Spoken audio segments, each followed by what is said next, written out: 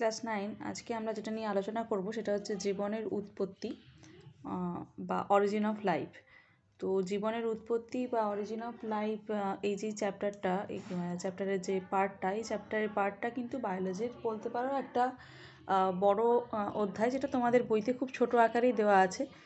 কিন্তু বায়োলজি বুঝতে গেলে এই ব্যাপারটা না বুঝলে বায়োলজির আলাদা করে কোনো মানে সব থেকে ইন্টারেস্টিং জায়গা আমার মতে এই জায়গাটা, যে আমাদের জীবন কিভাবে সৃষ্টি হলো।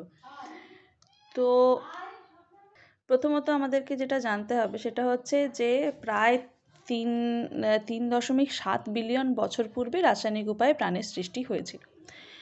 আমরা ছোটোবেলা থেকে বিভিন্ন ধরনেরভাবে অনেক জায়গায় শুনেছি যে ভগবান সৃষ্টি করেছেন জীবন বা এরকম টাইপের কিছু আইডিয়াস না।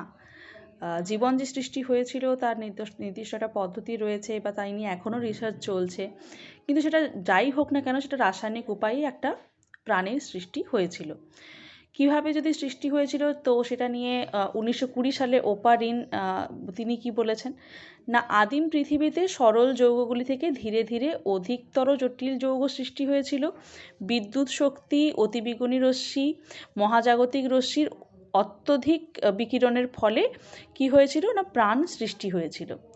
তো আমাদেরকে আজকে এই জায়গাটা নিয়ে আমরা যেটা আলোচনা করব সেটা সেটা হচ্ছে জীবন সৃষ্টির আগে পরিবেশ কেমন ছিল। মানে একদম প্রথমে পরিবেশ, যখন জীবন সৃষ্টি হয়নি প্রথমে তার পরিবেশটা কেমন ছিল। দ্বিতীয় হচ্ছে পৃথিবীর আদি অবস্থায় কী কী জটিল যৌগ উৎপন্ন হয়েছিল। কোয়াসার্ভেট কী, মাইক্রোস্ফিয়ার কী, এগুলো আমরা পরে দেখব। প্রোটোসেল, প্রোটোবায়ন্ট কী, প্রোক্যারিওটিক সেল, ইউক্যারিওটিক সেল কাকে বলা হয়। প্রথমে আমরা যেটা নিয়ে আলোচনা করব সেটা হচ্ছে জীবন সৃষ্টির আগে পরিবেশ কেমন ছিল। এটা তোমরা ভূগোলেও পড়েছো বা এটা আমরা জানিও যে যখন জীবন সৃষ্টি হয়নি সেই সময় পৃথিবী কীরকম না, পৃথিবী প্রচণ্ড উত্তপ্ত এবং পৃথিবীতে সমস্ত কিছুই শুধুই ভলক্যানোস বা আগ্নেয়গিরি রয়েছে, উত্তপ্ত সাগর, একটা ঘূর্ণায়মান একটা আগুনের পিণ্ড, প্রচুর পরিমাণে ভারী লোহা, নিকেল, সিলিকন, অ্যালুমিনিয়াম, তাছাড়া বিভিন্ন যে মৌল, হাইড্রোজেন, হিলিয়াম, নাইট্রোজেন, কার্বন, এগুলো বাইরে একটা গ্যাসীয় আবরণ সৃষ্টি করেছিল। তো এই সময় পৃথিবীর তাপমাত্রা কত ছিল? পৃথিবীর তাপমাত্রা ছিল 5000 থেকে 6000 ডিগ্রি সেন্টিগ্রেড। অর্থাৎ আমাদের কিন্তু এখন যেটা আমরা জানি যে 35 ডিগ্রি মতন, খুব বেশি হলে মানে একটা অ্যাভারেজ যদি আমরা ধরি 30-35 ডিগ্রি আমাদের দেশে, শীতের দেশে আরও কম। কিন্তু যখন আমরা মানে প্রাণ সৃষ্টি হয়নি তখন আমাদের ডিগ্রি কত? 5000 থেকে 6000, এবং পুরোটাই তরল অবস্থা। তো এইবার এই তরল অবস্থাতে এখানে কি কি রয়েছে? তখন হাইড্রোজেন রয়েছে, কার্বন রয়েছে, নাইট্রোজেন রয়েছে, অক্সিজেন রয়েছে, এগুলো রয়েছে, কিন্তু এরা কেউই কিন্তু মুক্ত অবস্থায় নেই। কারণ আমরা জানি প্রচুর পরিমাণে যদি উত্তপ্ত হয় তখন রাসায়নিক বিক্রিয়া হওয়া অনেক সহজ হয়। তো তারা কি করছে? নিজেদের সাথে মিলে মিশে বিভিন্ন ধরনের যৌগ তৈরি করছে। তার মধ্যে কি কি রয়েছে? তার মধ্যে যেগুলো রয়েছে সেটা হলো অ্যামোনিয়া রয়েছে, হাইড্রোজেন রয়েছে, মিথেন রয়েছে, হাইড্রোজেন সালফাইড, জলীয় বাষ্প, নাইট্রোজেন। এই যে এই যৌগগুলো, এগুলো কিন্তু পৃথিবীর আদি অবস্থায় এই জটিল যৌগগুলি উৎপন্ন হয়েছিল, মানে অর্থাৎ যখন প্রচণ্ড গরম অবস্থায় ছিল। তো এই যে পৃথিবী ক্রমশ ঠান্ডা হতে শুরু করলো, তারপর ঠান্ডা হওয়ার ফলে কি হচ্ছে না, বিভিন্ন ধরনের যে উত্তপ্ত যে জলরাশি বা কঠিন যে মানে তরল থেকে আস্তে আস্তে কঠিন হতে শুরু করে, তার ফলে কী হয়, জলীয় বাষ্প জমে জমে আস্তে আস্তে ঠান্ডা হয়ে মেঘ এবং বৃষ্টি সৃষ্টি করে, তৈরি হয় জলরাশি। সমুদ্রের জল কিন্তু তখনও অত্যন্ত উষ্ণ। বায়ুমণ্ডলের গ্যাসীয় পদার্থ, বিভিন্ন প্রকার খনিজ লবণ আর জৈব যৌগ মিশে কি তৈরি হচ্ছে না, একটা হট ডাইলিউট বা গরম তরল স্যুপের মতন একটা জিনিস তৈরি হচ্ছে। কারণ আমরা তখন দেখছি তো যে 5000 ডিগ্রি থেকে বা 6000 ডিগ্রি আগে তরল, মানে আগে উষ্ণতা ছিল, সেই উষ্ণতাটা আস্তে আস্তে কমার ফলে কি, মানে যখন এত উষ্ণতা রয়েছে তখন সব কঠিন পদার্থই তরল অবস্থায় রয়েছে। সেই তরল অবস্থাগুলো কি হচ্ছে, সেই তরল অবস্থাগুলো আস্তে আস্তে ঘন হচ্ছে, কিন্তু তাহলেও বেশ কিছু মানে যৌগ তো তখনও তরল অবস্থায় রয়েছে এবং তারা জলের সাথে মিলে কি করছে না, একটা ঘন অবস্থা তৈরি করছে। তো এই রকম যে একটা ঘন যে বিভিন্ন খনিজ লবণ জৈব যৌগ মিশ্রিত হয়ে যে একটা ব্যাপার তৈরি হচ্ছে, সেটাকে আমরা কি বলছি না হট ডাইলিউট স্যুপ বা গরম তরল স্যুপ। ঠিক আছে, তো এরপরে আমরা দেখব কি এই গেল আমাদের পৃথিবীর জীবন সৃষ্টির আগের পরিবেশ কেমন ছিল, তারপরে কি কি যৌগ ছিল এটা আমরা দেখে নিলাম। এরপরে আমরা দেখব কি প্রোটোসেল বা প্রোটোবায়ন্ট এবং কোয়াসারভেট আর মাইক্রোস্ফিয়ার। এইবার কি হচ্ছে না এখানে আমরা দেখার আগে আমরা যেটা দেখব সেটা হচ্ছে যে ওপারিন যখন বললেন যে এই ধরনের একটা ব্যাপার যে বিভিন্ন সরল যৌগগুলো একে অপরের সাথে জোড় বেঁধে কী করছে না বিভিন্ন জটিল যৌগ সৃষ্টি করছে, তো সেই জটিল যৌগগুলো থেকেই প্রাণের উদ্ভব হচ্ছে। তো এই ওপারিনের এই থিওরির ওপর বেস করে মিলার এবং উরে একটা এক্সপেরিমেন্ট করেন। কি এক্সপেরিমেন্ট করেন না পৃথিবীর আদি অবস্থায় যে যৌগগুলো ছিল, এই যে জটিল যৌগগুলো যেগুলো আমরা দেখলাম একটু আগে, এই জটিল যৌগগুলোর মধ্যে কি আছে ammonia, hydrogen, methane, hydrogen sulphide, জলীয় বাষ্প, নাইট্রোজেন, সবগুলোকে তিনি কী করলেন একটা জায়গাতে নিলেন এবং তার মধ্যে ক্রমাগত মানে ওই বিদ্যুৎ যে আমাদের যে বাজ পড়ে সেই রকমভাবে মানে একটা কি করলেন না তড়িৎ পাঠালেন। তো মাঝে মাঝে তড়িৎ পাঠালেন। এর ফলে দেখা গেল কি যে প্রায় 13 ধরনের অ্যামাইনো অ্যাসিড কি অ্যামাইনো অ্যাসিড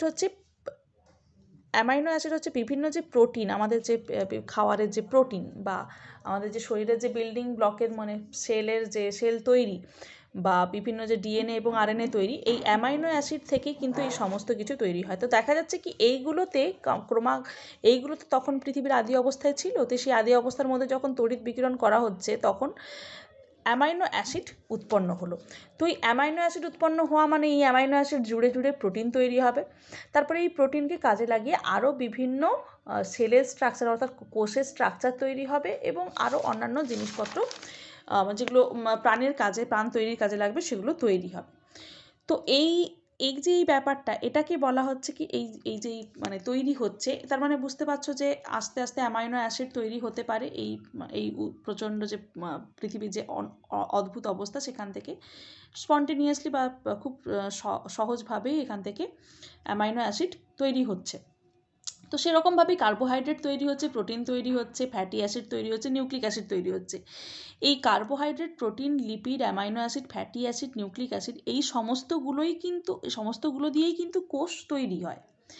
এইগুলো থেকেই কিন্তু আস্তে আস্তে কোষ তৈরি হয়। তো আমরা দেখতে পাচ্ছি যে স্পন্টেনিয়াসলি এই জিনিসগুলো কিন্তু তৈরি হয়ে যাচ্ছে বিভিন্ন জটিল যৌগ থেকে। তো এইবার ওপারিন কি বললেন না ওপারিন বললেন যে এই হট ডাইলিউট স্যুপ যেটা আমরা দেখেছিলাম সেখানে কি হচ্ছে না সেখানে কিছু কিছু পদার্থ কি হচ্ছে না জোড় বেঁধে যাচ্ছে একসঙ্গে আলাদা হয়ে জোড় গঠন করছে এবং কলয়েড জাতীয় একটা পদার্থ, কলয়েড মানে একটু থকথকে তরল, ঠিক আছে, তো সেটা জাতীয় একটা পদার্থ তৈরি করছে। এটাকে বলা হচ্ছে কি না এটাকে বলা হচ্ছে কোয়াসারভেট। তো এটি কি দ্বারা তৈরি? এটি লিপিড, প্রোটিন এবং কার্বোহাইড্রেট দ্বারা তৈরি, ঠিক আছে।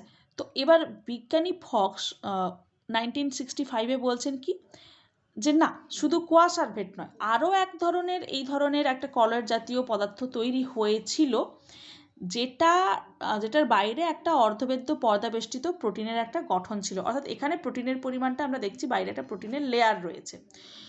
তো এটাকে বলা হচ্ছে কি মাইক্রোস্ফিয়ার, যার মধ্যে অ্যামাইনো অ্যাসিডের শৃঙ্খল রয়েছে এবং নিউক্লিওটাইডের শৃঙ্খল রয়েছে, অর্থাৎ উপচিতি বিপাক বিভিন্ন ধরনের বিপাকও দেখা যাচ্ছে এই মাইক্রোস্ফিয়ারের মধ্যে। এই কোয়াসারভেট এবং কোয়াসারভেটে লিপিডের পরিমাণ বেশি, মাইক্রোস্ফিয়ারে প্রোটিনের পরিমাণ বেশি। কোয়াসারভেটের ক্ষেত্রে দেখা যাচ্ছে কি না সেটা লিপিড, প্রোটিন, কার্বোহাইড্রেট দ্বারা গঠিত। মাইক্রোস্ফিয়ারের ক্ষেত্রে দেখা যাচ্ছে কি বাইরে একটা প্রোটিনের একটা অর্ধবৃত্ত পর্দা বিশিষ্ট একটা প্রোটিনের গঠন দেখা যাচ্ছে মাইক্রোস্ফিয়ারে। তো এই কোয়াসারভেট মাইক্রোস্ফিয়ারের সঙ্গে নিউক্লিক অ্যাসিড যুক্ত হয়ে এই দুটো যুক্ত হয়ে কি তৈরি করছে না আদি কোষ বা প্রোটোসেল। অর্থাৎ আমরা কি বলতে পারি কোষ যখন তৈরি হয়নি তার আগে কি হচ্ছে না প্রথম তৈরি হচ্ছে কি প্রোটোবায়ন্ট বা প্রোটোসেল বা আদি কোষ, যেখানে জীবন তখনও সৃষ্টি হয়নি ঠিকই, কিন্তু জীবন সৃষ্টি হওয়ার জন্য যেসব উপকরণ দরকার সেসব কিন্তু প্রোটোসেলের বেশিরভাগই উপস্থিত। তো এইবার এই প্রোটোসেল থেকেই আস্তে আস্তে কি তৈরি হলো, প্রোটোসেলের মধ্যে নিউক্লিয়াসবিহীন মানে প্রোক্যারিওটিক কোষ তৈরি হলো। প্রোক্যারিওটিক কোষ কি, যেখানে নিউক্লিয়াসটা ততটা সুগঠিত নয়, অর্থাৎ মানে আরএনএ রয়েছে, কিন্তু সেই আরএনএর চারিদিকে আলাদা করে নিউক্লিয়াস নামক যে আমরা বস্তুটা ক্লাস 8 তোমরা দেখেছো, কোষের মধ্যে নিউক্লিয়াস থাকে, সেই নিউক্লিয়াসের গঠন কিন্তু তৈরি হয়নি। তো এই অবস্থাটাকে কি বলা হচ্ছে, প্রোক্যারিওটিক কোষ। এটা কোষের একদম প্রথম কোষের আদি অবস্থা যদি আমরা বলি প্রোটোসেল, তাহলে সেখানে কিন্তু জীবন নেই, প্রোটোসেলে কিন্তু জীবন ছিল না। প্রোক্যারিওটিক কোষে কি দেখা যাচ্ছে না, এখানে কিন্তু জীবন দেখা যাচ্ছে। তো বিভিন্ন ব্যাকটেরিয়া, নীলাভ সবুজ শৈবাল ইত্যাদি এই প্রকারের কোষ। এরপর কি হচ্ছে না, প্রোক্যারিওটিক সেল থেকে তৈরি হচ্ছে ইউক্যারিওটিক কোষ বা আদর্শ কোষ, যেখানে কিন্তু নিউক্লিয়াসের সুস্পষ্ট অবস্থান রয়েছে। এই হচ্ছে তোমাদের মোটামুটিভাবে অরিজিন অফ লাইফের চ্যাপ্টারটা আমি কভার করলাম। তো এবার এখানে কারোর যদি কোনো প্রশ্ন থাকে অবশ্যই আমাকে করবে, ঠিক আছে? আজ এই অবধি।